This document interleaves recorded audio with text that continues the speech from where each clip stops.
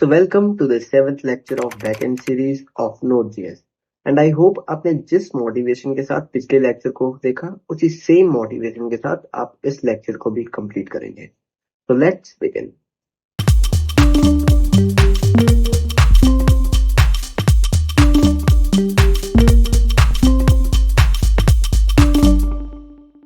पिछले वीडियो में हम लोगों ने HTTP मेथड्स के बारे में देखा था. हमने get, post, put and delete methods के बारे में देखा. हमने क्या किया था, हमने एक data.json फाइल को क्रिएट किया था जिसमें हमने अपना डेटा को क्रिएट किया था, डेटा को गेट किया था एंड हमने अपने मेथड को परफॉर्म किया था. तो इस वीडियो में हम बात करेंगे MongoDB के बारे में. अब MongoDB क्या है और MongoDB को क्यों यूज कर रहे हैं, तो बेसिकली इसको समझाने के लिए मैं एग्जांपल देता हूँ. हमने पिछली वीडियो में अपना पोस्ट रिक्वेस्ट क्रिएट किया था जिसके थ्रू हम अपना यूजर्स को क्रिएट कर पा रहे थे. मतलब कि हमने एक एंड पॉइंट बनाया था /users और उसके थ्रू हम अपने data.json में फाइल को ऐड कर पा रहे थे. अब आप खुद सोचो, अगर आपका एक एप्लीकेशन है उसमें हम ऐसे ही एक फाइल रखते हैं और हमने वहां पे अपने यूजर्स को एक फाइल के थ्रू हैंडल किया, तो यूजर्स तो कल को बढ़ते रहेंगे.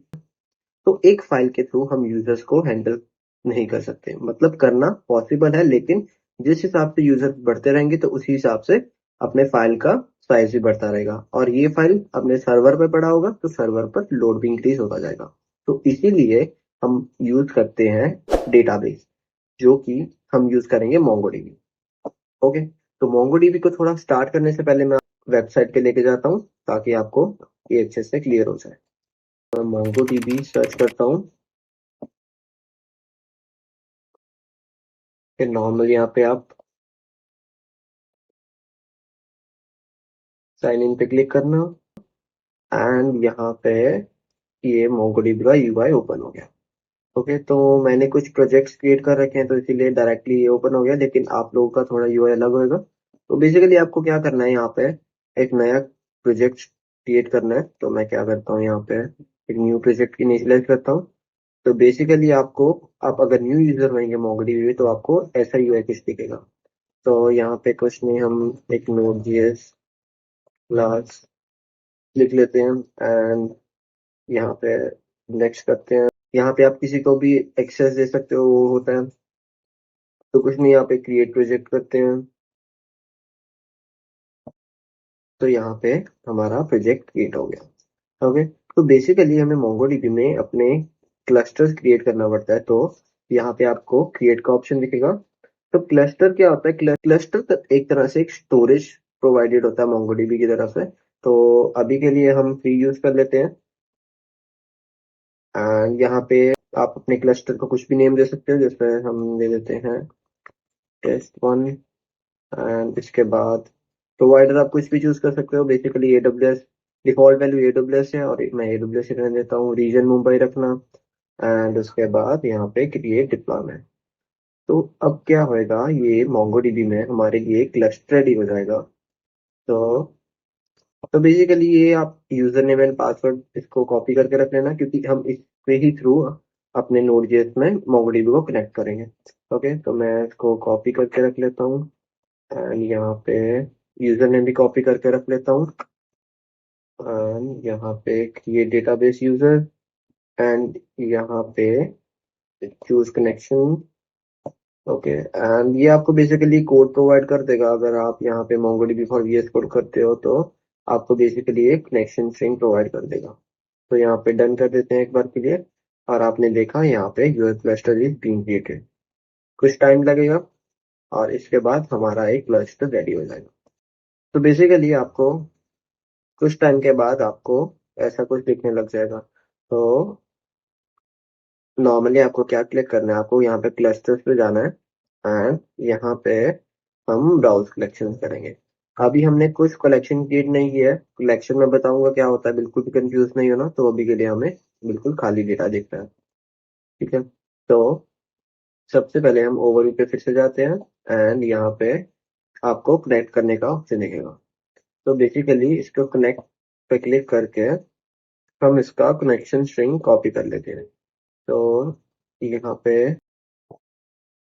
पे आपको ये कनेक्शन स्ट्रिंग को कॉपी करना है. तो बेसिकली ये DB पासवर्ड क्या होएगा, जो भी हमने वहां पे पासवर्ड सेट किया था वो हमें पासवर्ड यहाँ पे देना पड़ेगा। तो इस कनेक्शन स्ट्रिंग के थ्रू हम अपने डेटाबेस को अपनी नोड में कनेक्ट कर सकते हैं। ओके, तो मैं इसको कॉपी करके रख लेता हूँ।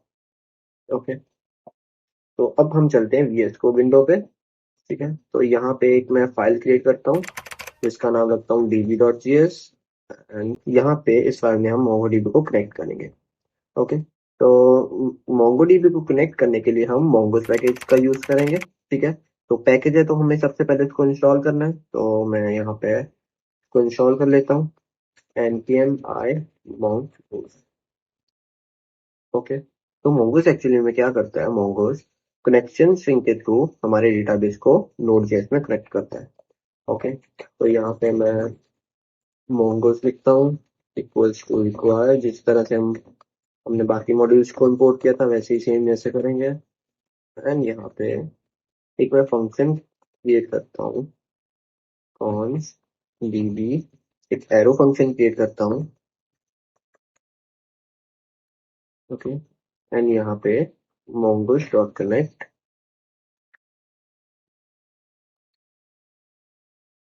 mongoose डॉट कनेक्ट, यहाँ पे हमें अपनी कनेक्शन स्ट्रिंग को पास करना है। तो कनेक्शन स्ट्रिंग हमने पेज कॉपी की थी, तो पेस्ट करता हूँ एंड यहाँ पे हम यहाँ पे डॉट देन लगा देते हैं ताकि हमें एक मैसेज थ्रो हो जाए कि जब हमारा डेटाबेस कनेक्ट हो रहा है तो हमें ये कंसोल में लिख के आए कनेक्टेड टू डेटाबेस। ओके, एक कैच में भी कर लेते हैं।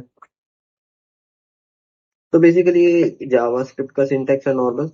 अगर आपको ये समझ में नहीं आ रहा है तो बेसिकली आप इसको ऐसा समझे कि हमने ये एरर हैंडलिंग किया अपने कोड के अपने डेटाबेस कनेक्शन में। ओके, तो यहाँ पे एरर एंड यहाँ पे console dot log error. Okay, तो अब मैं क्या करता हूँ, इस फंक्शन को एक तरह से, तो इस फाइल को मैं एक तरह से मॉड्यूल की तरह क्रिएट कर लेता हूँ and module dot export equals to db function को एक्सपोर्ट कर देता हूँ। आई होप आपको ये चीज काफी क्लियर में होगा क्योंकि मैंने मॉड्यूल्स वाली वीडियो में क्लियरली बताया था कि जब भी हमें किसी फंक्शन को मॉड्यूल में क्रिएट करना है तो हमें लास्ट में मॉड्यूल डॉट एक्सपोर्ट लगाना होता है। ओके, तो अब मैं क्या करता हूँ, यहाँ पे सबसे पहले तो वो पासवर्ड सेट कर देता हूँ। तो हमारा पासवर्ड क्या था, मैंने कॉपी किया था, वो पासवर्ड यहाँ पे रख देते हैं। ओके, तो ये वैसे हम इसको env फाइल्स में रखते हैं और डायरेक्टली हम पासवर्ड एंड ये कनेक्शन स्ट्रिंग डायरेक्टली हम ऐसे नहीं रखते, लेकिन जस्ट एक टेस्ट पर्पस के लिए मैं आपको ये समझा रहा हूँ। आने वाली वीडियोस में हम बेस्ट प्रैक्टिस के साथ इस कोड को फिर से लिखेंगे। ओके, तो बेसिकली ये अपना कोड था डेटाबेस कनेक्शन का। हाँ, तो अब इसको एक बार चेक कर लेते हैं कि ये वर्किंग है या नहीं। तो server.js में मैं क्या करता हूँ, अपने db मॉड्यूल को इंपोर्ट करता हूँ। ओके, तो टॉप पे इंपोर्ट करते हैं इसको const db equals to require, वहाँ पे है वो स्लैश db.js। ओके, अब वो मॉड्यूल में क्या था, मॉड्यूल में db फंक्शन था, हमने भी अपने फंक्शन को इंपोर्ट किया एंड हम इस फंक्शन को यहाँ पे कॉल करते हैं। ओके, तो यहाँ पे db को कॉल करते हैं। नॉर्मली हम जैसे जावास्क्रिप्ट में फंक्शन को कॉल करते हैं वैसे ही मैंने db फंक्शन को कॉल किया। ओके, एक बार हम यहाँ पे इस फाइल को रन करते हैं, नोट server.js। जब मैंने फाइल को हिट किया तो यहाँ पे मैसेज आया server is running on port connected to database. Okay, maybe आपका फर्स्ट टाइम पे ये कनेक्शन नहीं होगा क्योंकि आपको यहाँ पे नेटवर्क एक्सेस में एक पब्लिक आईपी एड्रेस डालना पड़ता है। ओके, तो अगर आपका ये कनेक्ट नहीं हो रहा तो आपको यहाँ पे क्या करना है, ऐड आईपी एड्रेस में जाना है और अलाउ एक्सेस फ्रॉम एनीवेयर पे कर देना और कंफर्म कर देना। ये फर्स्ट टाइम ये इशू आता है कई यूजर्स को, तो उससे बचने के लिए पहले ही बता दें कि अगर आपका कनेक्शन नहीं हो रहा तो जब भी आप अलाउ एक्सेस फ्रॉम एनीवेयर करोगे तो ये हो जाएगा। अभी के लिए मेरा कनेक्शन हो रहा है तो मैं इसको डिलीट कर देता हूँ। ओके, तो नॉर्मली हम क्या करते हैं, अब ये डेटाबेस तो कनेक्ट हो गया, लेकिन अभी हमें पता कैसे चलेगा कि ये डेटाबेस वाकई में कनेक्ट हुआ है या नहीं। ओके, तो मैं यहाँ पे ब्राउज कलेक्शन पे जाता हूँ, तो अभी भी हमें यहाँ पे कलेक्शन एम्प्टी दिखा है। ओके, तो अब बात आती है कलेक्शन क्या होता है, उसको समझाने के लिए मैं data.json फाइल पे आता हूँ। तो जब हमने अपना HTTP मेथड देखे थे तो वहां पे हम जब अपना यूजर क्रिएट कर रहे थे तो हमने क्या किया था, हमने नेम क्रिएट किया था, ईमेल क्रिएट किया था और एक आईडी क्रिएट किया। तो बेसिकली कलेक्शन को भी यही चीज समझो, कलेक्शन एक तरह से टेबल का काम करते हैं।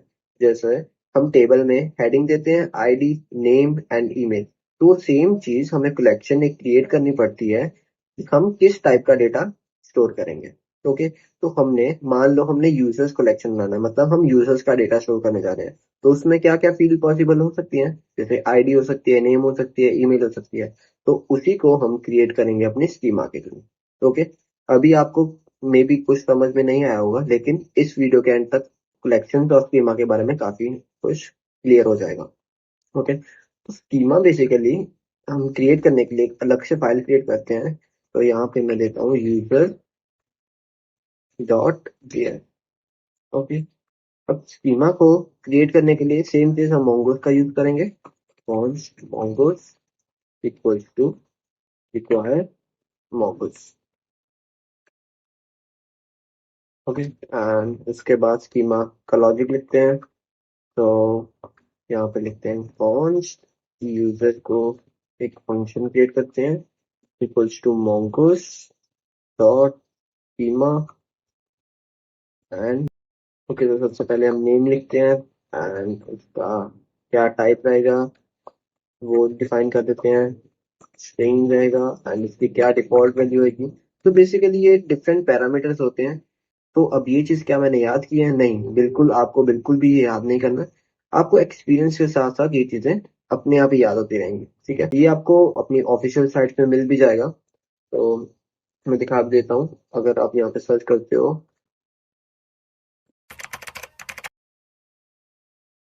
तो यहाँ पे फर्स्ट साइट भी देखते हैं, एनपीएम का ऑफिशियल साइट है एंड इस पे आपको आराम से ये कोड मिल जाएगा। ठीक है, तो सबसे पहले इन्होंने भी क्या किया, डेटाबेस को कनेक्ट किया हुआ है एंड यहाँ पे ये स्कीमा क्रिएट करेंगे। ओके, तो आपको ये याद करने की जरूरत नहीं है कोड, आपको आराम से ये कोड मिल जाएगा। ओके, ठीक है, तो मैंने नेम को किया इनिशियलाइज एंड एक ईमेल करते हैं, तो सेम चीज उसमें भी यही रखते हैं, टाइप। तो इसमें काफी कुछ पैरामीटर्स होते हैं, जैसे डिफॉल्ट वैल्यू हम यूनिक को रख सकते हैं, एक यूनिक होता है, ईमेल यूनिक रखना है। बेसिक पैरामीटर्स अपने यही रहते हैं कि क्या टाइप रखना है हमें, क्या डिफॉल्ट वैल्यू रखनी है। तो अभी के लिए मैंने नेम एंड ईमेल किया। अभी के लिए मैं आईडी को क्रिएट नहीं कर रहा, आईडी ऑटोमेटिकली क्रिएट होता है अपने मोंगोडीबी में। ठीक है, एक और चीज मैं बताता हूँ, यहाँ पे हम टाइम स्टैम्प्स भी क्रिएट कर सकते हैं। ओके, तो टाइम स्टैम्प्स क्या होता है बेसिकली, ये अपना MongoDB खुद ब खुद ट्रैक करेगा कि हमने कब एंट्री किया, कब उस यूजर को अपडेट किया। तो वो चीजें खुद ब खुद MongoDB हैंडल करता है। ठीक है, तो ये हमने एक फंक्शन क्रिएट किया जिसमें हमने एक स्कीमा को इनिशियलाइज किया। तो अब हम इस फंक्शन को एक्सपोर्ट करते हैं। ठीक है, तो एक्सपोर्ट करने के लिए नॉर्मली जैसे हमने पिछली वीडियोस में किया था, modules dot export equals to. अब हम यहाँ पे डायरेक्टली यूजर को एक्सपोर्ट नहीं करेंगे। अब हमें क्या करना पड़ेगा, इस स्कीमा को हमें एक मॉडल में क्रिएट करना पड़ेगा। अब मॉडल क्या है? तो मॉडल बेसिकली यही है कि हम अपनी स्कीमा को एक तरह से स्ट्रक्चर वे में कन्वर्ट कर रहे हैं। ओके, हम आगे आने वाली वीडियोस में मॉडल व्यू कंट्रोल पे एक टॉपिक करेंगे, तो उसमें आपको ये चीज काफी क्लियर हो जाएगा। ओके, तो इसको हम क्या करते हैं, मॉडल में कन्वर्ट करते हैं, और मॉडल में कन्वर्ट करने के लिए हमें क्या करना पड़ता है, mongoose डॉट मॉडल।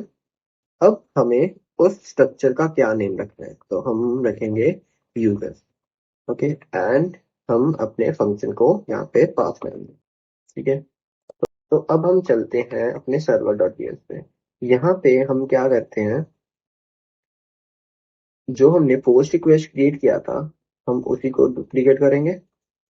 ओके, तो इसको मैं कॉपी करता हूँ एंड ऊपर वाला कोड एक बार कमेंट कर देते हैं।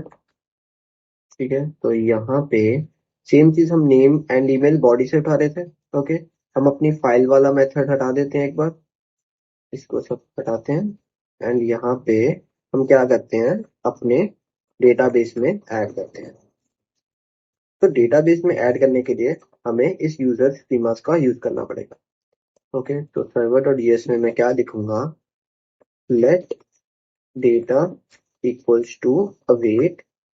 अब अवेट हमेशा ये चीज याद रखना कि जब भी हम डेटाबेस में मैनिपुलेशन करेंगे हम हमेशा एसिंक्रोनस प्रोग्रामिंग करेंगे, मतलब हम अपने एसिंक अवेट का यूज करेंगे। ठीक है, तो यहाँ पे मैंने एसिंक लगाया एंड यहाँ पे अवेट करता हूँ एंड अपना यूजर्स को इंपोर्ट करता हूँ। तो जब मैंने यूजर लिखा तो वो अपने आप ऊपर इंपोर्ट हो गया। आपको दिखाता हूँ। ओके, यूजर एंड यहाँ पे यूजर डॉट क्रिएट।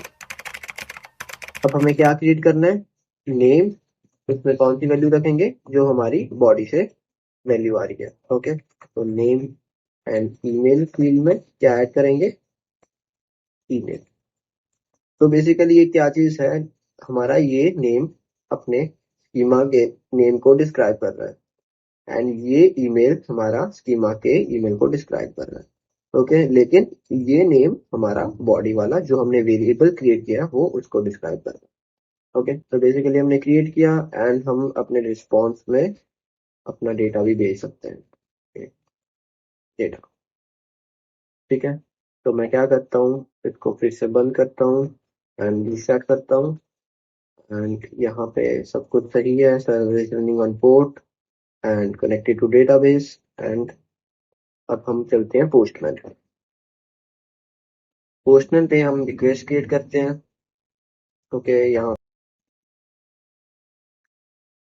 कॉलन अपना पोर्ट नंबर, हमारा पोर्ट नंबर 6001 है एंड हमारा एंड पॉइंट। तो बेसिकली ये एंड पॉइंट कॉपी करते हैं, यहाँ पर पेस्ट करते हैं। हमारा मेथड क्या होगा, पोस्ट एंड बॉडी में हमारा डेटा रहेगा रॉ में एंड यहाँ पे हम डेटा में सेंड करेंगे, क्या रहेगा, नेम, दिवांश एंड ईमेल, यहाँ पे abc@gmail.com। ठीक है, तो अभी के लिए हम इस रिक्वेस्ट को सेंड करते हैं। तो हमें यहाँ पे मैसेज आया, पोस्ट रिक्वेस्ट नेम ईमेल, जो हमने डेटाबेस में ऐड की। ठीक है, तो बेसिकली अपना रिक्वेस्ट चल गया, लेकिन हमें मेन चेक करना है अपना डेटाबेस, क्या हमारे डेटाबेस में डेटा है। तो मैं यहाँ पे इसको रीलोड करता हूँ। तो यहाँ पे आपने जब रिफ्रेश किया तो आपको टेक्स्ट के अंदर हमारा एक यूजर कलेक्शन मिल गया और वहां पे हमारा एक एंट्री हो गया। अब आई थिंक आपको काफी क्लियर हो गया होगा कि हमने अपनी पिछली वीडियो में डाटा डॉट जेसन में सेम डेटा क्रिएट किया था, ये वाला। लेकिन अब हम डेटा डॉट जेसन में ना करके हम अपने डेटाबेस में कर रहे हैं। ओके, और क्यों कर रहे हैं वो मैंने पहले ही आपको रीजन दे दिया। ओके, और एक और चीज मैं यहाँ पे बताऊंगा, created at and updated at हमने भले ही बॉडी में नहीं भेजा था, लेकिन ये खुद ब खुद क्रिएट कर रहा है। वो क्यों क्रिएट हो रहा है, क्योंकि हमने अपनी स्कीमा में ये टाइम स्टैम्प को ट्रू किया हुआ है। तो क्या करता है ये टाइम स्टैम्प, बेसिकली हमारा मोंगोडीबी खुद ब खुद अपने डॉक्यूमेंट को ट्रैक करता है।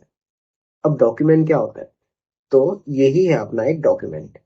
ये एक एंट्री को हम बोलते हैं डॉक्यूमेंट। अगर आपको एसक्यूएल का थोड़ा भी नॉलेज है तो एसक्यूएल में टेबल्स होती हैं और रोज एंड कॉलम्स होते हैं, लेकिन हम मोंगोडीबी में उसी टेबल्स को बोलते हैं कलेक्शन। तो बेसिकली ये यूजर्स अपना एक कलेक्शन है एंड इसको पूरे को बोलते हैं हम डॉक्यूमेंट। क्लियर। एक और चीज आपने देखा होगा यहाँ पे आईडी, जो कि एक ऑब्जेक्ट आईडी और कुछ रैंडम नंबर बता रहा है। हाँ, तो ये मोंगोडीबी आईडी खुद ब खुद क्रिएट करता है और ये हमेशा यूनिक रहती है। Okay, clear. अब अगर मैं यहाँ पे इसको फिर से सेंड करता हूँ तो हमें यहाँ पे एरर आया, हमारा ये रिक्वेस्ट नहीं चला। तो अब एरर देखते हैं क्या आया। तो बेसिकली हमारा सर्वर क्रैश करेगा और यहाँ पे हमारा एरर आया, डुप्लीकेट की error collection test dot user email underscore 1। तो इसका क्या मतलब, हमने यूजर स्कीमा में ये यूनिक ट्रू दिया था। ओके, तो इस यूनिक ट्रू का क्या मतलब है कि हमारा ईमेल हमेशा यूनिक रहेगा। ओके, तो ईमेल हमने सेम सेंड किया तो इसीलिए वो आइटम क्रिएट नहीं हो रही है। ओके, तो इसी चीज को हम थोड़ा एरर हैंडलिंग करके करते हैं। तो मैं क्या करता हूँ, एक ट्राई कैच ब्लॉक बनाता हूँ। ओके, एंड इस सारे को हम इस ट्राई ब्लॉक में डाल देते हैं। ओके, एंड कैच में हम क्या करते हैं, इसको मैं हटा देता हूँ। कैच में क्या करते हैं, हम अपने एरर को हैंडल करते हैं। तो एरर को कैसे हैंडल करेंगे, सेम चीज रिस्पॉन्स के थ्रू हम सेंड करते हैं। यहाँ पे लिख देते हैं मैसेज, क्या देते हैं हम, फील्ड एंड यहाँ पे डेटा में क्या सेंड करते हैं, डेटा में हम ये सेंड करते हैं अपना एरर डॉट मैसेज। तो बेसिकली ये क्या कर रहे हैं, हम एक तरह से एरर हैंडलिंग कर रहे हैं ताकि हमारा कभी भी सर्वर क्रैश ना करे। ओके, तो हम अपने सर्वर को फिर से रीस्टार्ट करते हैं। Okay, server is running connected database, एक बार फिर से हिट करते हैं। तो यहाँ पे अब हमें क्या आ रहा है, अब हमारा सर्वर क्रैश ना होके हमें प्रॉपर मैसेज आ रहा है, मैसेज फेल, डुप्लीकेट की, ईमेल डुप्लीकेट की है। ओके, तो बेसिकली हम हमेशा सर्वर पर एरर हैंडलिंग करते हैं ताकि हम हमारा सर्वर कभी भी क्रैश ना करे, क्योंकि ये चीज तो कभी भी पॉसिबल हो सकती है। यूजर फिर से एक ईमेल क्रिएट कर रहे हैं तो डुप्लीकेट एंट्रीज डाल रहे हैं, तो ये चीज से बचने के लिए हमेशा हम अपने सर्वर पर एरर हैंडलिंग करते हैं। ओके, आई थिंक अब आपको काफी क्लियर हो गया होगा। तो इस वीडियो में हमने देखा कि मोंगोडीबी को कैसे कनेक्ट करते हैं। ठीक है, तो आने वाली वीडियोस में हम बाकी रिक्वेस्ट को भी देखेंगे। अभी सिर्फ हमने पोस्ट रिक्वेस्ट को देखा, तो आने वाली वीडियोस में बेसिकली हम get, post, put and delete request चारों को देखेंगे। आई होप आपको इस लेक्चर में काफी कुछ सीखने को मिला होगा। अगर आपको वीडियो अच्छा लगा तो लाइक एंड कमेंट करें, and don't forget to subscribe my channel. Thank you.